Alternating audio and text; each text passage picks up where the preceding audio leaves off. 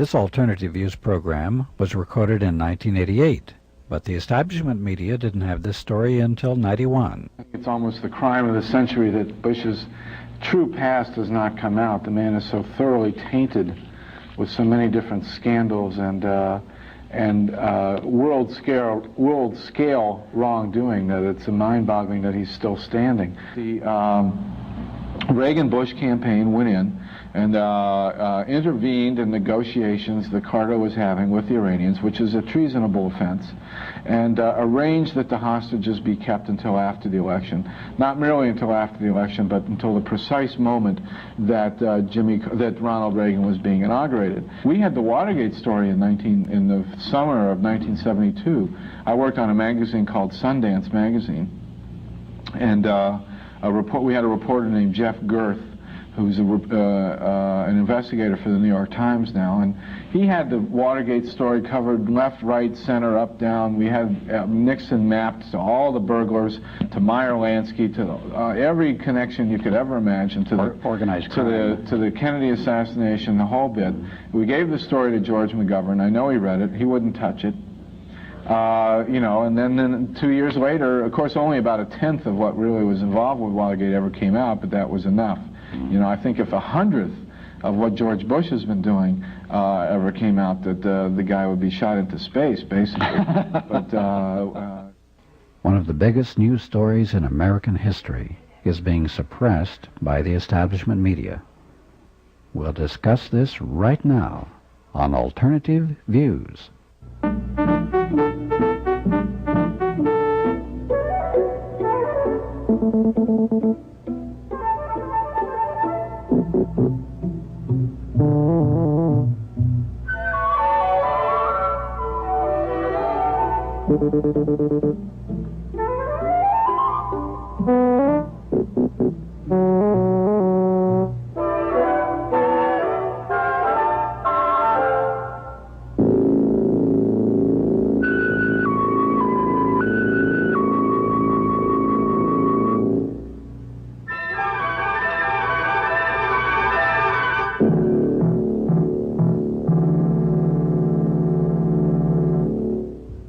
Back in 1987, the alternative press began covering the October surprise story, an extremely important story, but the establishment media did not talk about it until 1991. The following program is one of several on Alternative Views. One of the main things we enjoy doing on Alternative Views, and have for, since October of 1978, is to bring you people who are experts in their field, particularly those who have written in books or authored a lot of articles in generally the alternative press, but sometimes the traditional press. And we present them to you so you can see what's really happening in the world. These people generally don't get on the regular media. We have such a person this evening with us on Alternative Views. Harvey Wasserman is a journalist, an author of 3 books, a co-author of another. He is also an ecology activist. Well, Harvey's also written for the establishment press, people like the New York Times, the Boston Globe, the LA Times, and he's written for the alternative press, the people we present to you almost weekly in Alternative Views, the Progressive Magazine, Mother Jones, The Nation. Matter of fact, we have presented some of the material that Harvey has written. But he's with us today, and we're going to cover a lot of subjects on our program, or a series of programs. The focus of this program with Harvey Wasserman is the October surprise story and the lack of coverage by the regular media. But before we talk with Harvey Wasserman, let's have a couple of news stories or so from the alternative press. Well, there are all kinds of different ways of looking at things, particularly statistics. And one of the things the Reagan administration came out with recently said, hey, isn't it wonderful? The proportion of Americans living in poverty dropped in 1987 from 13.6 to 13.5. Isn't that great? And they say that the income, the typical average American family edged up 1% in 1987. Now that 1%, they said the average American family earns $30,853 a year. how many of you make $30,000 a year? Of course, now they're talking about families. So that means that probably most of these families have two incomes. So in order to make that fancy salary, which is typical, it takes more than one breadwinner. However, the Reagan administration is crowing about this, but then this appeared in the news section of the Washington Post, but then the Washington Post editorial page said, well, the unemployment rate is down, the real median family and per capita income both are up, and yet the poverty rate remained essentially unchanged. This current business expansion, as they call it, is more than 5 years old, and 32.5 million people continue to live below the poverty line. And if you're aware of the poverty line, poverty is a hell of a lot above the poverty line. But for one reason of this, you know, the Reagan administration crows about how they have created more and more jobs. What they don't say is that these are in the service sector where the income is considerably less than before. That's one reason why income is down. For instance, Reuters has an article here that says industries with growing employment paid an average of $21,000, almost $22,000 a year, but this is $10,400 a year less than the industries where jobs were lost from the period from 1981 through 1987, as the United States has deindustrialized itself, moved the industry overseas. So on top of this, we have the union-busting activities which have been going on under Reagan for so many years, in which the unions not only have been losing in salary, but they've come up with these two-tiered salary contracts where the old workers, people standing side by side, one making $15 an hour and the other making $5.50 an hour. So it's an incredible drop in income, which will become progressively worse as the years go by. Frank, George Bush in his campaign inauguration speech in New Orleans referred to all the jobs that were created in the Reagan administration, and that they averaged $22,000 a year, that Reuters report seemed to confirm. Well, I read an analysis of this in the New Republic that said that both Bush and the Reuters facts were highly skewed, that it's only in certain sectors of the economy do the jobs average 22,000, and that's less than half of the actual jobs that have been created. The same article pointed out that although something like 2 million jobs a month have been created during the Reagan administration that are, as you pointed out, mostly lower paying service sector jobs, during the Carter administration 2.8 million jobs were created per month. So the fact is that the economy has simply been expanding as the population expands, as more people are on the labor force, they get one kind of job or the other. So it's no big deal that the Reagan administration has created all of these jobs. It's simply a natural function of the economy, that even during Carter's administration, where it was alleged that there was high unemployment, et cetera, more jobs were created then than under Reagan. Well, we've talked many times about how Reagan administration has been monkeying with the statistics on unemployment, and that unemployment is considerably higher than what the Reagan administration has been saying. There was an article in the September 16th issue of the Texas Observer by George Williams, who's a professor at Rice University. He talks about the other America, and he looks at these statistics on income and poverty in a longer period of time than just comparing them to the previous year, as the Reagan administration does. He says 20% of American children under 16 live below the poverty level, and that's an increase of over 1/3 over the pre-Reagan decade. 1/2 of America's black children, 1/3 of the Hispanic children, and 1/6 of the white children live below the poverty line. And these numbers have been increasing since Reagan came to power. 41 million American children are so poor they must be sustained by government food programs just to stay alive, and we know that Reagan has cut those. Among developing nations, the United States ranks 19th in infant mortality rate, with 40,000 infant deaths annually, and half of them resulting from conditions associated with poverty. Poverty level has increased people living below it has increased 13% under Reagan.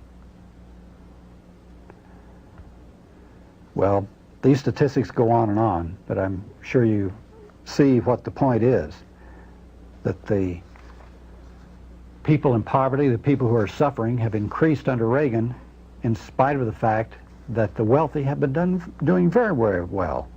The wealthiest 20%, as Professor Williams points out, of America's families receive more than 40% of the total national income, and the poorest 20% receive 4% of that income. And only 8% of America's families own outright about 26% of America's privately held tangible assets. And they control an estimated 70%, that's 8%, controls an estimated 70% of all private assets in the United States. And this is the worst since the 1920s. In other words, the Reagan Revolution has done just that, only it's a counter-revolution. You know, it's very interesting. Back when I was in high school and college, they'd always say, well, there are basically three types of people, political attitudes. There are the liberals who want to make changes. Then there are conservatives who want to keep the things the way they are. And then there are the reactionaries, and they want to go back and do away with all the things that have been built up in the present and go back to an earlier age. And so this term reactionary was used a lot, and it was, you know, a bad name. Nobody wanted to be a reactionary. This was a label that was pinned on Goldwater, and one of the things, you know, contributing to his demise, I'm sure. But they never say anything about Reagan being a reactionary, do they? And yet Reagan that's exactly is a what he is. revolutionary reactionary. A new category has to come in for him. In fact, the greatest distribution of wealth in American history took place under Ronald Reagan. Literally billions of dollars were redistributed from the poor and the middle classes to the rich through Reagan's tax break program, his building up the arms industry, his government subsidies for different corporations, etc., making class divisions much greater under the Reagan administration than previously had ever happened in recent American history. This really blows away the theory that liberals were advancing, that we're moving towards a classless society in which class divisions between the rich and the poor are disappearing in the United States. At least during the Reagan administration, the class differences have spectacularly grown, as has the growth of a new underclass. I mean, there's even a worse situation than poor working people, and that is all the homeless, all of the underclass that doesn't have any job, home, or even hope of any employment whatsoever, that has, again, mushroomed spectacularly under the Reagan administration, has visitors to any city in the United States can see. The Covert Action Information Bulletin, November 30th, is one that focuses a great deal primarily on Israel and what has happened there in the past, what is happening now. For a real understanding of the Palestinian situation, this issue of Covert Action Information Bulletin is a must. But it also has very comprehensive information about the war in Afghanistan.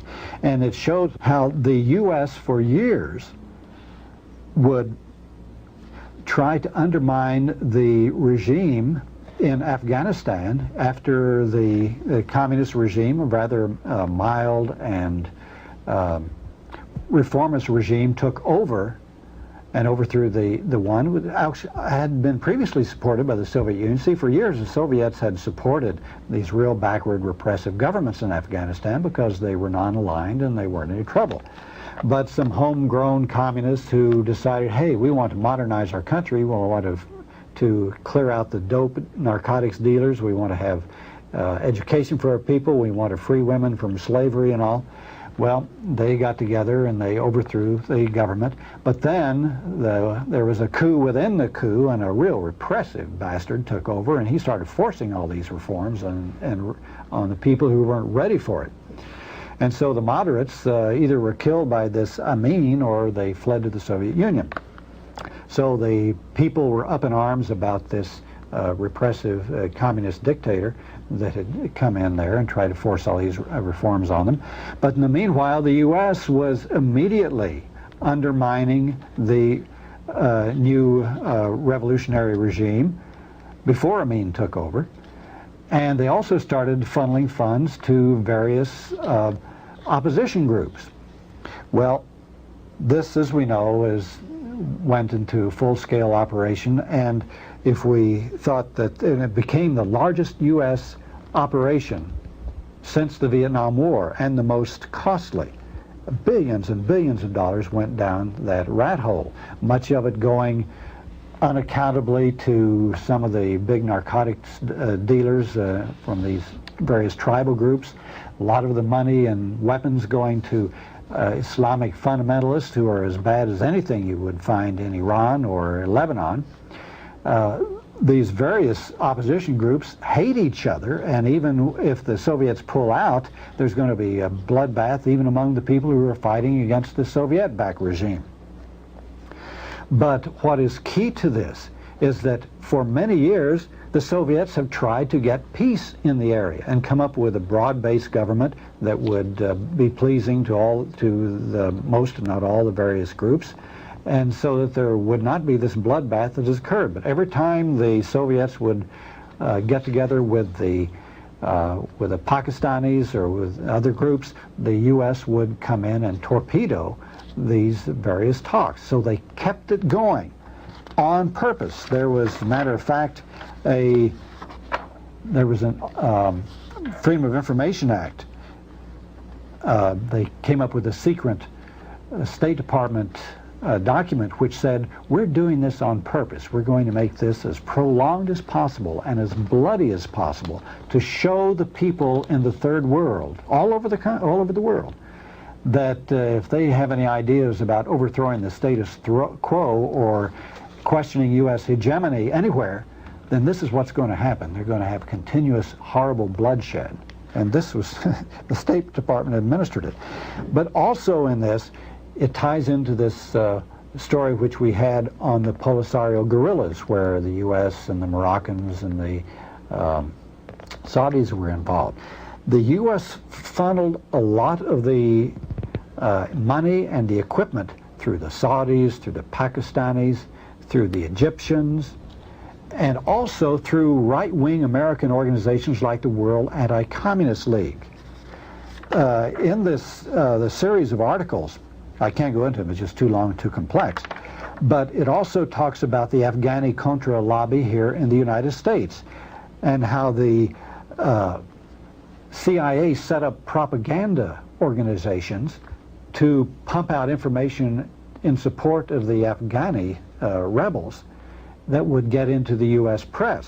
So that was what you saw. You didn't see any of this other information about how so much of this, much of the aid went directly to the narcotics lords in Afghanistan and Pakistan, and how this trade is mushrooming, and so most of the opium, most of the heroin coming into the United States now comes in from the U.S.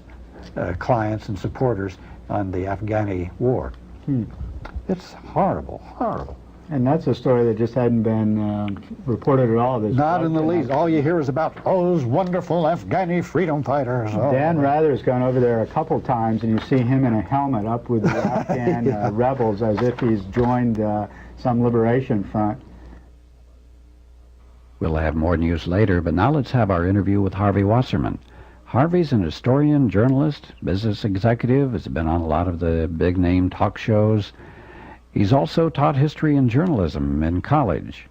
He's author of 4 books, including America Born and Reborn and Harvey Wasserman's History of the United States. He's written for the establishment press as well as the alternative press.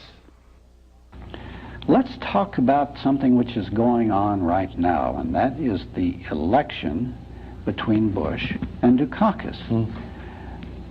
It seemed to me from the outset, when the Republicans chose Bush, that, good Lord, if there's anybody who was ever vulnerable to attack, it was George Bush from so many fields, but we don't see it. Can you tick off some of these things that the Democrats could pin on George Bush? It's, you know, I think it's almost the crime of the century that Bush's true past has not come out. The man is so thoroughly tainted with so many different scandals and world scale wrongdoing that it's mind-boggling that he's still standing, let alone on his way to the White House. Bush in 1980, as I know many people watching know, was involved with perhaps the most heinous and cynical manipulation of American electoral politics on record, which is the October surprise scenario.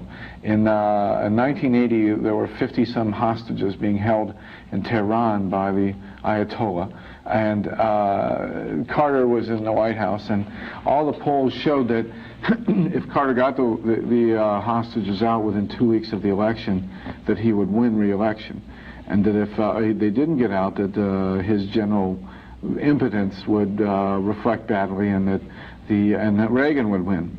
And in early October, I remember this specifically, and it's been widely reported, Carter's dealings with the Iranians seemed to be bearing fruit, and it appeared that a deal was going to be struck, and that the hostages were going to get out, and that Carter would probably win the election. But suddenly the negotiations broke down, and the hostages did not get out, and in fact they were released, as you'll well remember, precisely as Ronald Reagan was taking the oath of office. Right. Now, that seemed awfully, to me, in my paranoia, that seemed, hey, wait a minute. Well, then soon thereafter, the Reagan administration started sending large quantities of arms to Tehran by way of Israel. And it's known that the first shipments began as early as March of 1981. One of the planes crashed on its way from Tel Aviv to Tehran in the summer of 1981, and the contents of the plane were confirmed to be arms from the U.S. And of course, the Israelis could never have shipped any arms to Tehran without the approval of the Reagan administration. So, what happened? You have three basic elements here, and I've been working for months to get the major media to take this story and deal with it in a big way, and all the electronic journalists know about it, all the print journalists know about it. It's no secret, except to the American public as a whole. Even the New York Times, which is supposed to be the newspaper of record in the United States, hasn't touched it. No. And yet this is something which Watergate's like a mosquito bite, stinging an elephant's butt. Yeah. It's nothing compared to this. This is a pre-coup in a way. Well, it's actually a capital offense. I mean, I'm an opponent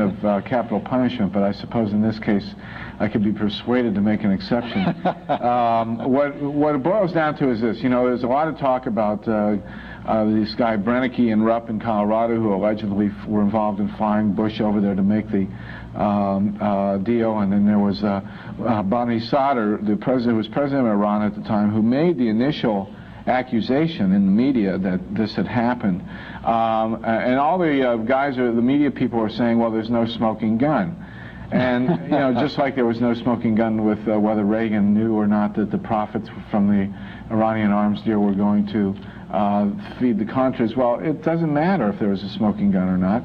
You have a basic situation here. There are only in which there are only three scenarios explaining why the hostages did not get out after Carter got the deal going, why they were then released precisely as Reagan was being inaugurated, and then why American arms started going to Iran.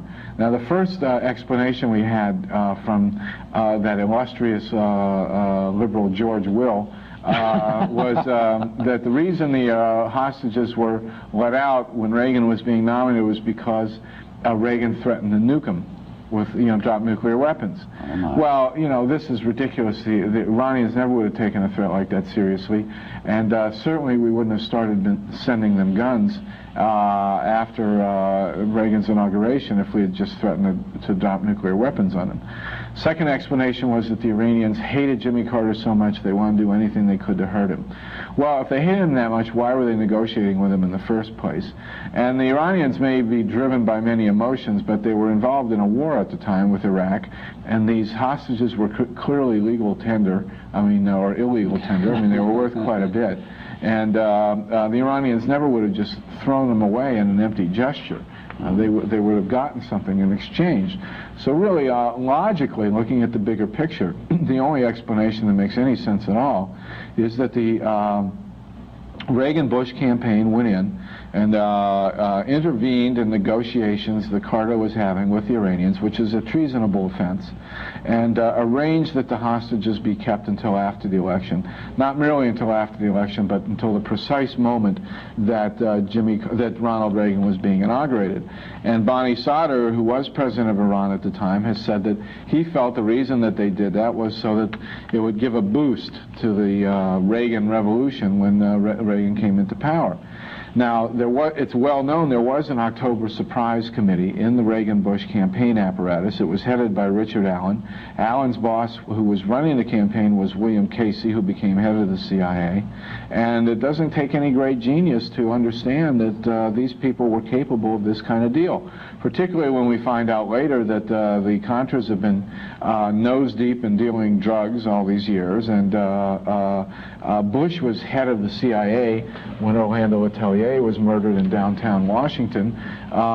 This kind of stuff these people are quite capable of. The biggest mystery to me at this point is why the Dukakis campaign steered away from the story altogether.